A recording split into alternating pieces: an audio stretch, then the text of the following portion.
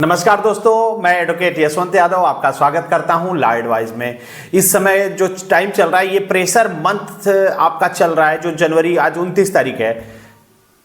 हाँ 29 ही है, 29 तारीख है। तो ये फाइनेंशियल ईयर की जो क्लोजिंग चल रही है जनवरी फरवरी मार्च, तो जनवरी तो बीत गया, अब फरवरी शुरू होने वाली है। तो फरवरी की शुरू होने तो pressure month day by day बढ़ता जाएगा। ये 2-3 महीने बहुत प्रेशर रहेगा। होता क्या है, ईयरली क्लोजिंग है, उनको पूरे लोन में जितना एनपीए है, साल भर के जो भी एनपीए है जितना है, उसको आरबीआई के सामने देना होता है कि ये हमारा लोन में कितना एनपीए है, क्या रेशियो चल रहा है। तो कंपनियां सब शेयर मार्केट में लिस्ट है, नहीं चाहती कि बहुत ज्यादा एनपीए शो हो, बहुत ज्यादा एनपीए बढ़े। तो आरबीआई की गाइडलाइन क्या है, रिकवरी जो एजेंट से कैसे निपटना है। देखिए इतनी प्रेशर हो गया उनके ऊपर, तो आपको डराएंगे, धमकाएंगे, गलत तरीके से बात करेंगे, तो एजेंट से कैसे निपटे, उसका प्रोसेस क्या है।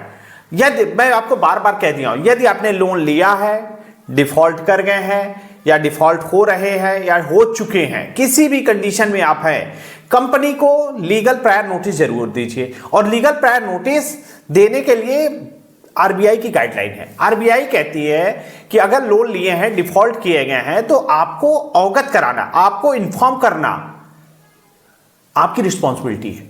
आप इन्फॉर्म करेंगे कंपनी को, और ये इन्फॉर्म करते समय कभी इन्फॉर्म जो करते हैं तो जरिए रजिस्टर्ड डाक, माने रजिस्टर्ड डाक से आपको भेजना है, और ये एडवोकेट के लेटर हेड पे भेज दीजिए। ऐसा नहीं है कि आपने अपने से ही टाइपिंग किया, अपने से ही लिख करके भेज दिया कि हाँ ये कंडीशन है, ये प्रॉब्लम है, वो नहीं होगा। बैंक की नजर में आप केवल लोन धारक हैं, डिफॉल्टर हैं, इसके अलावा कुछ नहीं है। वो नोटिस का रिप्लाई करेंगे कि नहीं, आपने कन्वर्सेशन किया। लेकिन अगर एक एडवोकेट कोई नोटिस देता है तो लीगल प्रायर नोटिस मानी जाती है कि ये जरिए रजिस्टर्ड डाक एडवोकेट के माध्यम से आया है, उसका रिप्लाई करना भी उनको जरूरी है, उनको मजबूरी हो जाएगी। तो इसीलिए मैं कहता हूं, कभी भी आपने लोन लिए हैं, डिफॉल्ट कर गए हैं, तो कंपनी को लीगल प्रायर नोटिस जरूर दीजिए। इसके फायदा क्या है, आप बिल्कुल डिफॉल्टर की श्रेणी में नहीं आए, आप फ्रॉड नहीं है, आप गलत नहीं है, आप कोई गलत काम नहीं किए हैं, आप बिल्कुल डिफॉल्टर नहीं है, आप जेन्युइन डिफॉल्टर हैं। आपका कोई ऐसा इंटेंशन नहीं है कि लोन ले लिए डिफॉल्ट करना है, इसलिए आपको बिल्कुल डिफॉल्टर नहीं बनना है कंपनी को, इसलिए आपको लीगल प्रायर नोटिस दे देना है। अगर आप लीगल प्रायर नोटिस दिए हैं, इसका मतलब आप जेन्युइन डिफॉल्टर हैं, बिल्कुल डिफॉल्टर की श्रेणी में नहीं हैं। तो ये प्रोसेस आपको जरूर करना है, और जरिए रजिस्टर्ड डाक एडवोकेट के माध्यम से करना है। अगर आप किसी भी एडवोकेट से करा सकते हैं, अगर लोन के अगर वो एक्सपर्ट है, नहीं कराते हैं तो हमारी टीम आपका सहयोग करेगी। मैं आपको लीगल प्रायर नोटिस अपने लेटर हेड पे बना के कंपनी को भेज दूंगा। अब आ जाते हैं रिकवरी एजेंट का जो हरासमेंट है, जो ये बहुत ज्यादा हरास कर रहे हैं, डरा रहे हैं, धमका रहे हैं। तो 2026 में क्या क्या बदलाव हुए हैं, आरबीआई की क्या क्या गाइडलाइन है, माननीय सुप्रीम कोर्ट को क्या जजमेंट है। देखिए एक चीज बताइए, लोन लिए हैं, डिफॉल्ट कर गए, नहीं दे पा रहे हैं, पहली एक चीज बताइए, लोन लेना, लोन की ईएमआई न चुका पाना, क्या यह कोई अपराध है?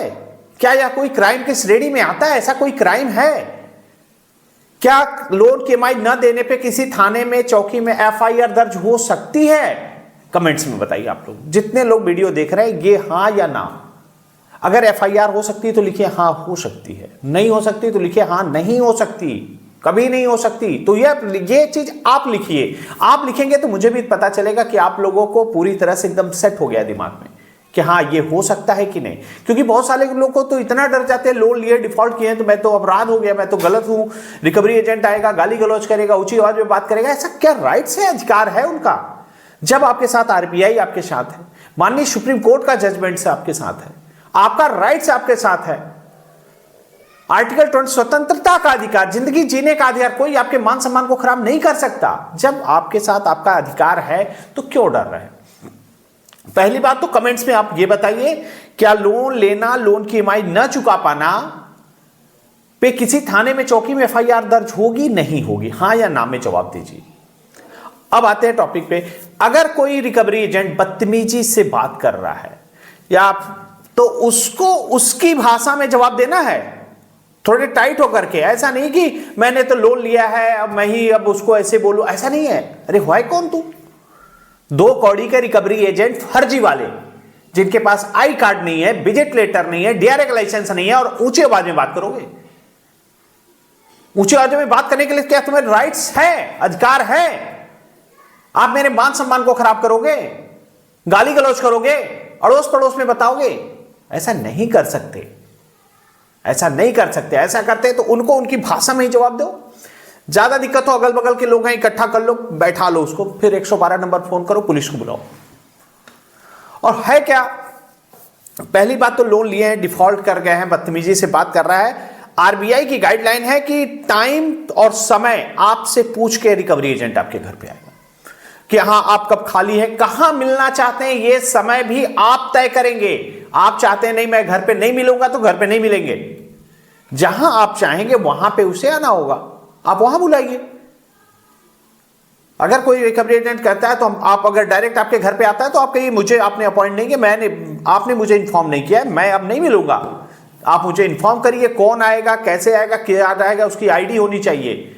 अगर कोई रिकवरी एजेंट आता है तो उसके आईडी कार्ड होना चाहिए, विजिट लेटर होना चाहिए कि आपने हमारे घर पे होम विजिट लेटर या ऑफिस विजिट लेटर होना चाहिए, तब तो आओगे। कि आपको कंपनी ने अथॉराइज किया है, आपको अथॉरिटी दिया है। डीआरए का लाइसेंस होना है, डेप रिकवरी एजेंट का लाइसेंस होना चाहिए। ये लाइसेंस इसके पास होता है तमीज से बात करेंगे, उसको पूरी प्रक्रिया मालूम होती है। और एक एजेंट जो आ रहा है आरबीआई की गाइडलाइन में, जो आपको अपना नाम एड्रेस जो आपने इन्फॉर्म किया है, जो आए एक एजेंट आएगा। ऐसा नहीं है उसके साथ में 4 और आ जाएंगे, पूरी टीम आ रही है तो आपके उठा लिए जाएंगे, ये हो जाएगा। ये सब तो फालतू की बकवास है। अगर ऐसा कोई करता है तो उसकी भाषा में ही जवाब दीजिए। आप कोई गुनाह नहीं कर दिए हैं, उनका काम है इन्फॉर्म करना। आप इन्फॉर्म करिए, प्रोसेस जो है वो प्रक्रिया करिए। लेकिन जबरदस्ती जो कहते हैं नहीं मैं आपके घर में आके बैठ जाऊंगा, अरे बैठने, घर के अंदर कैसे आ गया, निकाल बाहर, आउट। घर के बाहर, इसको घर के अंदर तो आने की जरूरत नहीं है ना, बैठाइए। थर्ड पार्टी रिकवरी एजेंट जो होते हैं, अरे आप उसे जान नहीं रहे, पहचान नहीं रहे, वो चोर है, डकैत है, क्या है? आपने जहां से लोन लिया है उसके लोन के आईडी कार्ड होना चाहिए, विजिट लेटर होना चाहिए, डीआरए लाइसेंस, पूरा डॉक्यूमेंट होना चाहिए, तो आपको पता चलेगा ये जेन्युइन है भी कि नहीं, कंपनी ने इसको हमारे यहां भेजा भी है कि नहीं भेजा है। पता नहीं कहां से आ गया, थर्ड पार्टी है, घर के अंदर बिल्कुल बैठाना नहीं है। और जो कहते हैं नहीं आज एक EMI लेके ही जाएंगे, अरे लेके क्या जाओगे, नहीं है तो नहीं है, जो करना है कानूनी कार्रवाई करिए, लीगली जो प्रोसेस हो करिए। लेकिन ये बदतमीजी, ऊंची आवाज में बात करना, मान सम्मान खराब करना, ये आपका अधिकार नहीं है, ये नहीं कर सकते। अगर ऐसी भाषा आपका प्रयोग करते हैं तो उसको उसकी भाषा में ही जवाब दे दीजिए। और उसके बाद ज्यादा दिक्कत हो तो 112 पे फोन करिए, पुलिस को बुलाइए। जब पुलिस आएगी तो उनको समझ में आ जाएगा हाँ क्या चीज है, क्या प्रोसेस है, कैसे करना चाहिए। लोन लिए डिफॉल्ट करके नहीं दे पा रहे, ड्यू टू प्रोसेस जो नियम हो आप करिए। नहीं है, ये मेंटली टॉर्चर करना, मेंटली हरासमेंट करना। माननीय सुप्रीम कोर्ट का जजमेंट आपके साथ है, आरबीआई गाइडलाइन साथ है। जानते हैं रिकवरी एजेंट कब तक आपको डराते हैं, कब तक आपको डराते हैं पता है? जब तक आप डरेंगे तब तक आप डराएंगे। जिस दिन आप डरना, अगर आप हमारे क्लाइंट हैं, हमारे सब्सक्राइबर हैं, तो आपके अंदर का डर समाप्त हो जाना चाहिए। डरना बिल्कुल बंद करिए, क्योंकि आप डरेंगे तो डराएंगे, बस साफ सी बात है। आप फोन करके बताएंगे, WhatsApp message, sir recovery agent आ गया, मैं क्या करूं, हमारे ऐसे गाली गलौज कर रहा है, ऊंची आवाज बात कर रहा है। तुम, अरे मैं आपको अपना अधिकार ही तो बता सकता हूं, कानूनी कार्रवाई कर सकता हूं, आपके ऊपर केस हुआ है तो केस लड़ सकता हूं, बेल करा सकता हूं, जमानत कराना है, नोटिस भेजना है, अपने लेटरहेड पे नोटिस भेज, वही तो कर सकते हैं। लेकिन वहां पे तो आपको मजबूत रहना पड़ेगा कि हाँ ठीक है, क्या आपके पास आई कार्ड है, हाँ या ना, हाँ या ना, बस इतना ही पूछिए। कोई आ गया तुम कौन हो, अगर तमीज से बात कर रहा है, अच्छे से बात कर रहा है तो अच्छे से बात करो कि हाँ ठीक है मिला, बात किया गया, ठीक है। अगर ऊंची आवाज कर रहा है, कुछ और भी बोल रहा है, गाली गलौज, बहुत सारे ऐसे करते हैं, बहुत सारे इलीगल, 80% 90% तो फर्जी वाले घूम रहे हैं। फर्जी है ना, फर्जी वाले ही चल रहे हैं, जिनके पास आई कार्ड नहीं है, विजिट लेटर नहीं है, डीआरए का लाइसेंस नहीं है। तो ऐसे ऐसे डराते हैं, धमकाते हैं, पता नहीं क्या करते हैं आपसे। और आप लोग डरते हो तो डरना बंद करो। पहला काम डरना बंद करो। पहले 2-3 चीजें हैं। आई कार्ड, कौन हो, पहले आप हो कौन, आई कार्ड दिखाओ, है या नहीं, हाँ या ना, हाँ या ना, बस है तो ठीक है तो ठीक है, तब अगला स्टेप पे आ रहेंगे। और नहीं है तो बस आउट, तब आगे बात ही नहीं करना। आईडी कार्ड नहीं है तो आउट, निकालो। ऊंची आवाज में बात कर रहा है तो निकाल, क्यों जो इसको सर पे चढ़ा रखे हो, घर पे बैठा रहे हो। आईडी कार्ड मान लीजिए है, हो गया, आईडी कार्ड है, बहुत लोग के पास होता, विजिट लेटर है।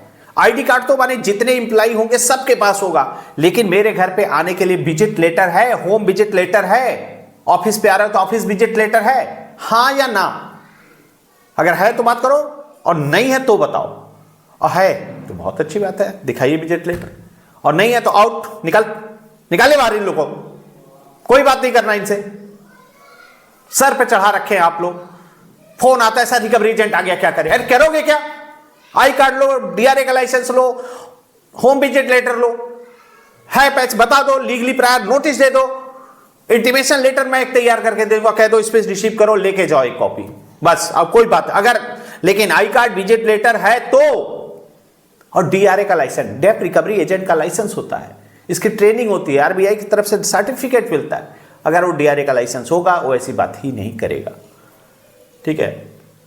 तो डरना नहीं है, क्योंकि एक हमारे क्लाइंट थे, वो इतना डर गए थे, उनके मन में गलत विचार आ गया। उन्होंने हमसे बात किया, मैंने कहा अच्छा ठीक है, अब रुको। आज के समय में मैंने कहा था, आज के समय में उनके अंदर डर के नाम पे रिकवरी एजेंट उनके घर पे जाने से सोचते क्या, डरते हैं। कारण क्या है? क्योंकि उनको उनकी भाषा में जवाब देना आ गया, उनको पता चल गया अपने राइट्स क्या है, मेरे अधिकार क्या है। अगर कोई रिकवरी एजेंट उसके घर के तरफ से जाता भी है तो हिम्मत ही नहीं है जाने की, क्योंकि उसको मालूम है, उसको अपना अधिकार पता चल गया। वो हमसे मिलने भी आए, मैंने उनको समझा दिया, आई कार्ड मांगो, होम विजिट लेटर मांगो, है तो बात करो, नहीं है तो निकाल। और उसको थोड़ी आवाज ऊंची करके बात करने के उनको समझाना अच्छी तरह पता है, कैसे इनको समझाना है। अरे हैं तो वही फर्जी वाले 2 कौड़ी के रिकवरी एजेंट, तो डरिए मत। एक तो फर्जी है, गलत तरीके से आ रहा है, जो जेन्युइन होगा वो तमीज से बात करेगा। लेकिन ये जो हाई स्कूल इंटर पता नहीं पढ़ाई होती है कि नहीं, ऐसे ही बस चल दिए रिकवरी करने, 1 दिन 2 दिन रिकवरी एजेंट के साथ घूम लिए तो बन गए रिकवरी एजेंट। तो ऐसे घूम रहे हैं, ऐसे घूम रहे हैं। और इनकी कंप्लेन करने जाए तो कंपनी को बताया जाए, ये कंप्लेन किया जाए तो उसमें पता चल रहा है कि नहीं, ये तो हमारे आदमी ही नहीं है, मैंने तो इनको अथॉरिटी नहीं किया है। तो ऐसी गतिविधियां हो रही हैं।